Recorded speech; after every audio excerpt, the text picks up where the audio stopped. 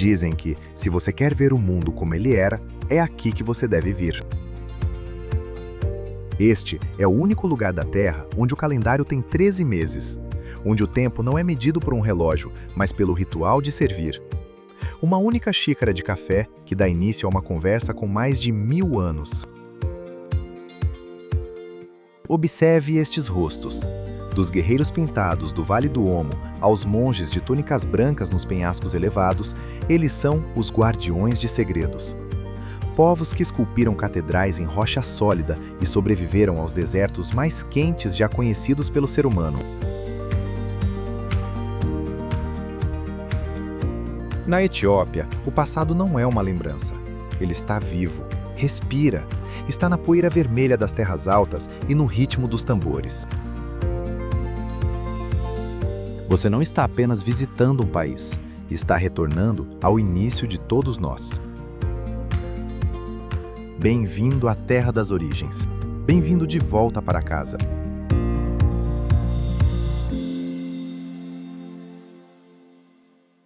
O Vale do Omo, onde o tempo parece parar. Siga para o sul, muito além do alcance do mundo moderno, e o asfalto acaba cedendo lugar à poeira. Este é o Vale do Omo, um lugar onde o século XXI soa como um boato distante. Aqui, o corpo é uma tela. Conheça os Mursi. Eles são conhecidos pelos pratos de argila usados no lábio inferior, uma marca ousada de identidade e orgulho. Para eles, beleza não é algo que se compra, é algo que se suporta. A poucos quilômetros dali, o povo Hamer está se reunindo. O ar fica pesado com o aroma de manteiga e ocre vermelho. Hoje, um jovem precisa provar que está pronto para se tornar homem.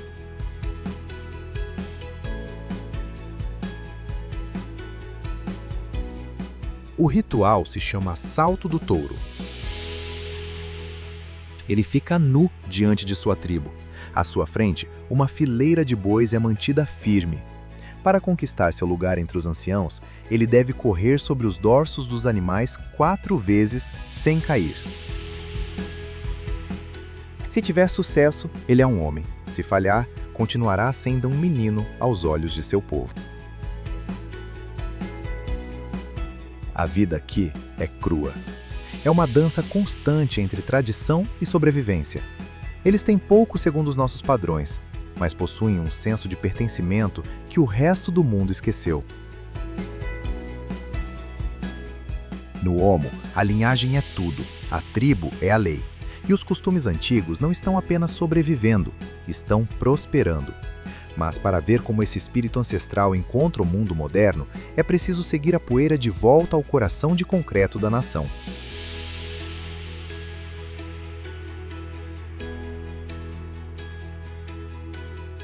Addis Abeba, o ritmo do grão.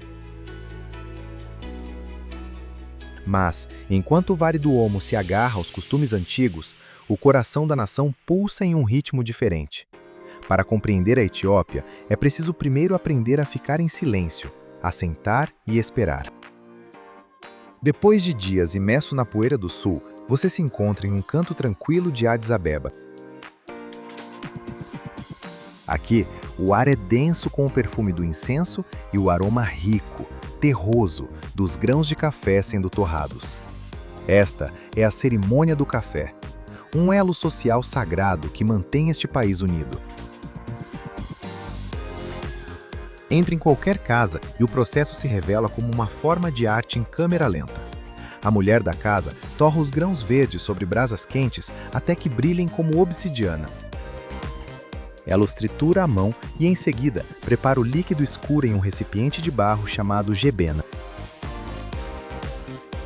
Mas não espere uma dose rápida de cafeína. Este é um ritual em 3 etapas. A primeira xícara é para o espírito, a segunda para a conversa e os comentários, e a terceira é uma bênção final para a casa. Dentro desse círculo, o tempo para. Seja você um acadêmico ou um trabalhador, você se senta, conversa, espera.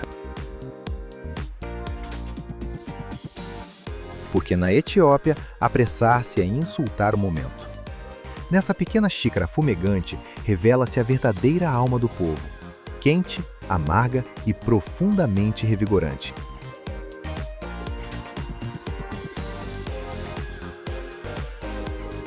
Harar, a cidade da paz e dos predadores.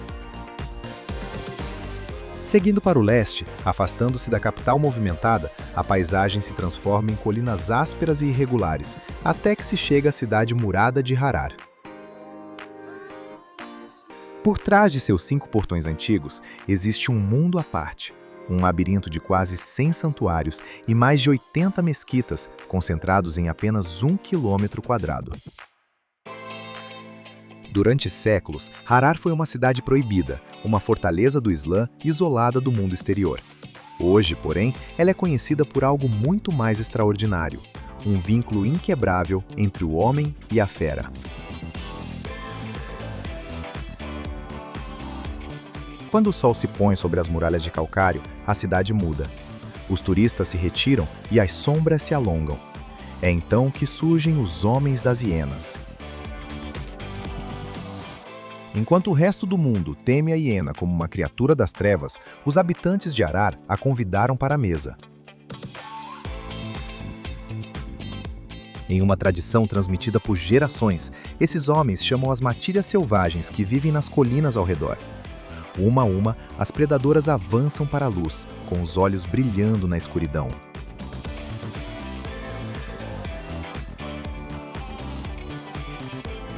Em vez de recuar com medo, o homem da hiena se senta entre elas. Ele as alimenta com pedaços de carne diretamente da mão, às vezes segurando até um bastão entre os dentes para oferecer um bocado. É uma demonstração arrebatadora e bela de confiança.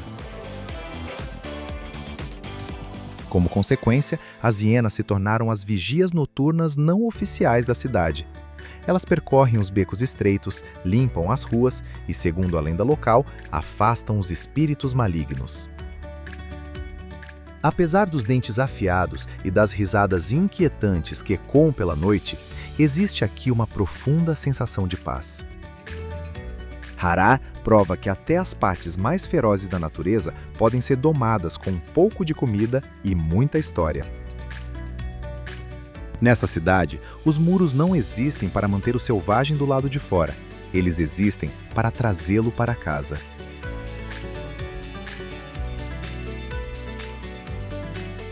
Os grandes festivais, um mar de branco. Enquanto as noites em Harar pertencem ao mundo selvagem, os dias nas terras altas pertencem aos céus. Para testemunhar o verdadeiro pulsar desta nação, é preciso estar aqui quando o calendário parece parar. Este é o Tinkat, a celebração da Epifania. Durante 2 dias, a Etiópia se transforma em uma obra-prima viva, pulsante, de fé. Logo ao amanhecer, antes que o calor se imponha, as ruas desaparecem sob o mar de branco. Dezenas de milhares de peregrinos se envolvem nos tradicionais tecidos chama, com os rostos iluminados por uma mistura de cansaço e êxtase. Então, o centro do mundo se desloca. Os sacerdotes surgem carregando os tabotes, réplicas sagradas da Arca da Aliança. Eles são envoltos em sedas ricamente bordadas e protegidos por guarda-sóis cerimoniais que contrastam de forma belíssima com a multidão vestida de branco. Mas não confunda isso com um ritual solene. O que acontece aqui é uma explosão de alegria pura. Ouve-se o ritmo profundo dos tambores quebero e o som hipnótico do sistrum. O clero começa a dançar, em movimentos sincronizados que permanecem inalterados há séculos.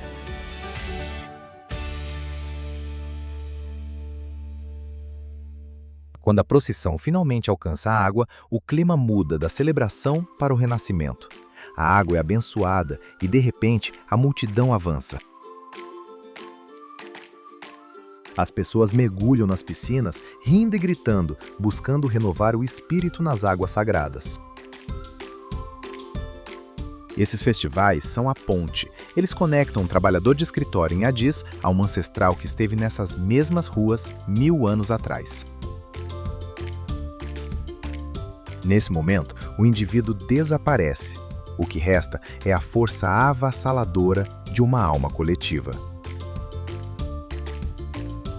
Na Etiópia, a religião não é apenas um culto de domingo. É o próprio ar que se respira.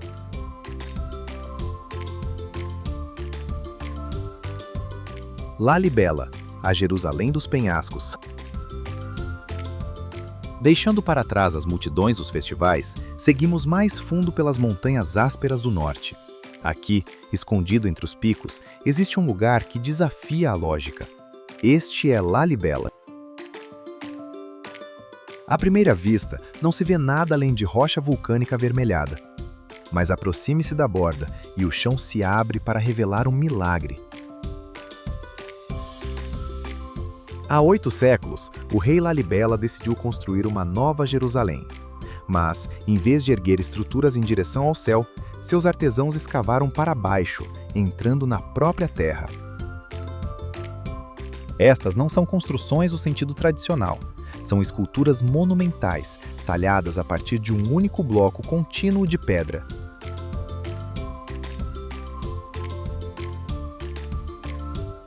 A joia da coroa é a Igreja de São Jorge. Vista de cima, ela é uma cruz perfeita, esculpida profundamente no leito rochoso.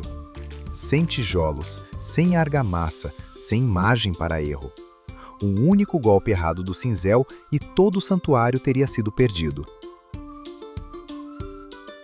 À medida que se desce pelos estreitos corredores de pedra, a temperatura cai. O ar se torna denso, carregado com um aroma de pergaminhos antigos e velas de cera de abelha.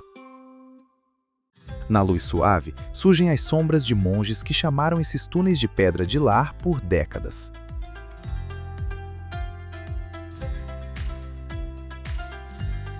Mas não se engane, estes não são monumentos frios feitos para turistas, são templos vivos. Peregrinos beijam as paredes gastas e seus sussurros ecoam pela pedra escavada. Lalibela é um testemunho do que o espírito humano é capaz de realizar quando movido por uma visão. É um lugar onde a terra encontra o divino, no silêncio da rocha.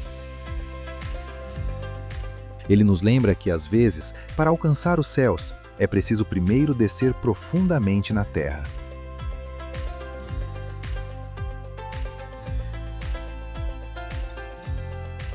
Abuna Yematagu, o penhasco da fé. Se Lalibela é sobre descer às profundezas da terra, a próxima parada é sobre escalar o próprio limite do mundo. Na região de Tigray, as montanhas se erguem como dentes irregulares recortando o céu. Em algum ponto lá no alto, escondida em uma fenda de um pilar vertical de arenito, encontra-se Abuna Yematagu. É, sem dúvida, um dos locais de culto mais inacessíveis do planeta. Não há escadas, não há corrimãos. Para alcançar a entrada, é preciso tirar os sapatos e escalar uma parede de rocha quase vertical, com cerca de 60 metros de altura, usando apenas as mãos e os pés descalços. Um único escorregão e não existe rede de segurança, apenas o ar fino da montanha. Para a população local, no entanto, isso não é uma façanha, é o trajeto semanal.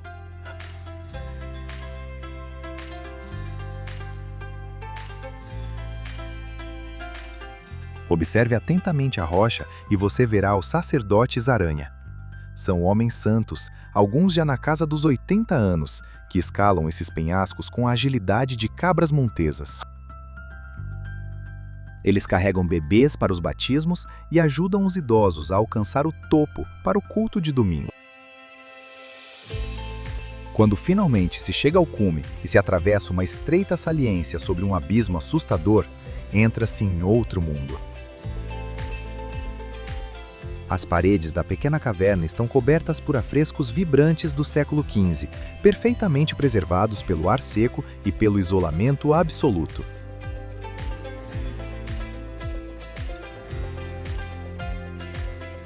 Como consequência, o silêncio aqui em cima é denso.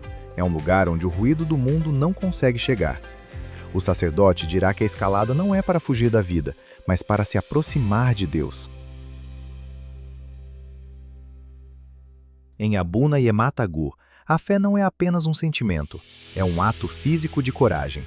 Ela prova que para esse povo, quanto mais alta a montanha, mais forte é o espírito.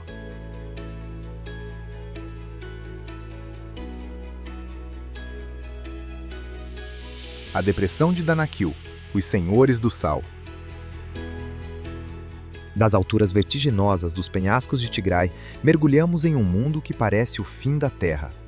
Esta é a Depressão de Danakil, um dos lugares mais quentes, mais baixos e mais inóspitos do planeta. Aqui, o solo é um pesadelo psicodélico de enxofre amarelo neon, lagos ácidos borbulhantes e planícies de sal cortadas por arestas afiadas. Ainda assim, mesmo neste portal do inferno, a vida encontra uma forma de resistir. Esta é a terra do povo Afar, os lendários guerreiros do deserto que dominaram a arte da sobrevivência em um lugar onde o sol nunca demonstra piedade. Há séculos, os Afar são os guardiões do ouro branco da Etiópia. Todos os dias, sob um céu que pode atingir quase 50 graus, centenas de homens trabalham nas ofuscantes planícies de sal. Não há máquinas aqui. Eles utilizam apenas bastões de madeira e barras de ferro para arrancar enormes placas de sal da terra, exatamente como seus ancestrais faziam há 1000 anos. Mas o verdadeiro espetáculo começa quando o trabalho termina.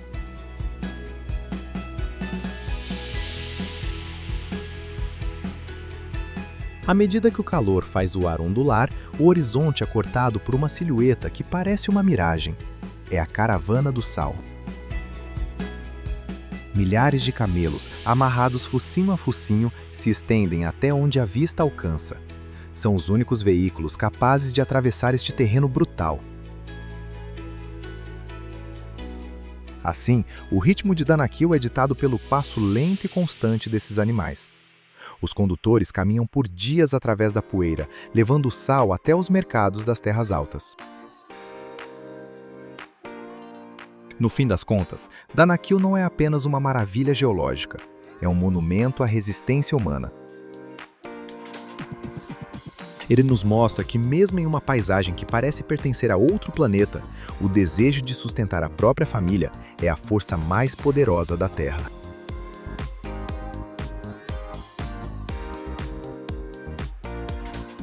Mercato, o coração da correria.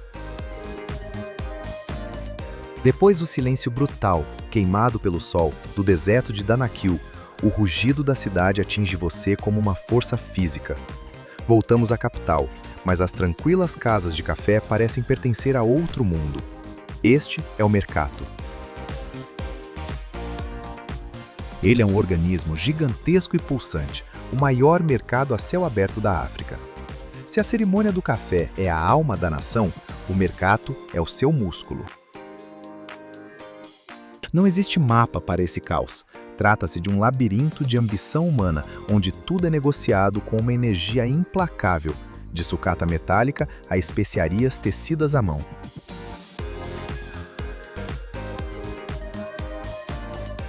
Milhares de carregadores serpenteiam pela multidão com montanhas de mercadorias equilibradas sobre a cabeça, movendo-se com uma velocidade que desafia o calor do meio-dia. Mas observe com mais atenção e você verá a genialidade da correria. Nas áreas de reciclagem, pneus velhos se transformam em sandálias. Tambores de óleo descartados são martelados até virar baús resistentes. Nada é desperdiçado.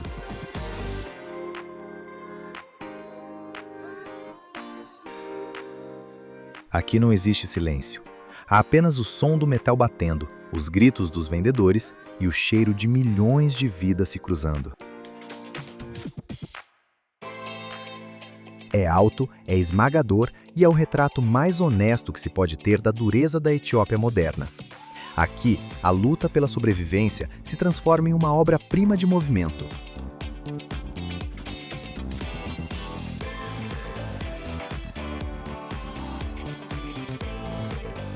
As montanhas Simien, entre as nuvens. Quando o barulho do mercado se torna excessivo, existe apenas um lugar para ir: para cima. Bem-vindo às montanhas Simien, o teto da África. Este é um mundo de picos recortados e abismos de centenas de metros, onde o ar é rarefeito e o silêncio é absoluto. Uma paisagem tão dramática que parece ter sido desenhada por um gigante. Mas não estamos aqui apenas pelas vistas. Estamos aqui para conhecer os vizinhos.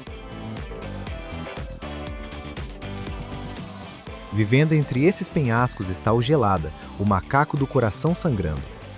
Ele não existe em nenhum outro lugar do planeta. Com suas crinas espessas, semelhantes às de um leão, e uma mancha de pele vermelho vivo no peito, parecem criaturas saídas de um romance de fantasia. E eles não estão sozinhos aqui em cima. Espalhados por esses altos planaltos vivem os nômades das montanhas, pastores que chamam essa altitude gelada de lar. A vida aqui é uma lição de simplicidade. Eles moram em cabanas de pedra, envolvidos em grossos cobertores de lã para se proteger do frio da meia-noite. Passam os dias cuidando de seus rebanhos, enquanto a névoa avança lentamente pelos cânions. É um lugar que faz você perceber o quão pequenos nós realmente somos. Essas pessoas não lutam contra as montanhas, vivem em harmonia com elas. E à medida que as névoas se tornam mais densas, elas descem lentamente, reunindo força para alimentar a maior artéria do continente.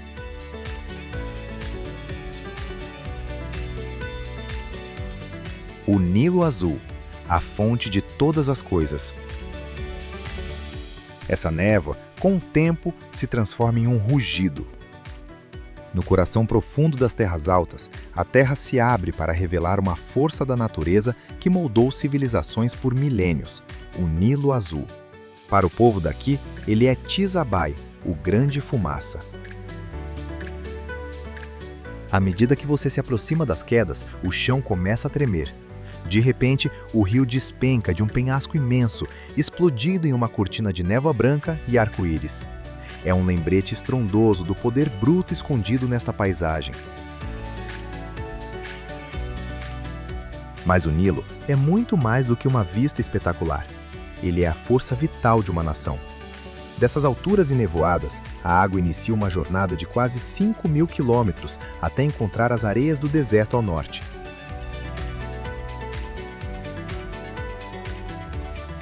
O rio também é um eixo espiritual. Às margens do próximo Lago Tana, antigos mosteiros repousam em ilhas escondidas, guardando tesouros que remontam à época dos faraós. Para os monges que vivem ali, a água é a fronteira entre o mundo terreno e o divino. No fim das contas, este rio é uma metáfora da própria Etiópia. Ele é antigo, poderoso e inflexível.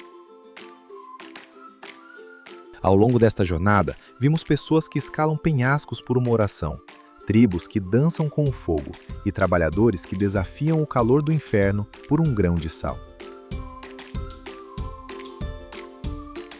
Vimos uma nação que se recusa a abandonar o passado, mesmo enquanto estende a mão em direção ao futuro.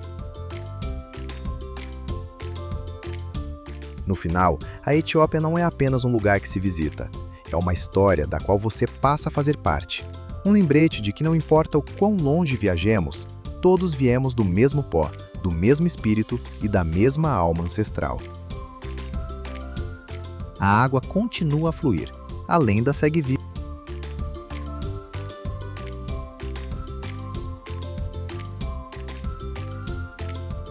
Conclusão: o eco eterno. À medida que a névoa do Nilo Azul se dissipa, você percebe que a Etiópia não é apenas um destino. É um encontro profundo com o espírito humano. Viajamos desde as tradições cruas e ancestrais do Vale do Omo até a fé desafiadora, erguida nas alturas dos penhascos de Tigray. Testemunhamos uma nação que respira através de seus rituais, onde cada xícara de café é uma oração, e cada pedra conta uma história de sobrevivência. A Etiópia permanece como um dos poucos lugares na Terra onde o mundo moderno ainda não conseguiu apagar o brilho da antiguidade. É uma terra que desafia os sentidos e conquista o coração, provando que nossas raízes mais antigas continuam sendo as mais fortes. A jornada termina, mas a lenda segue viva.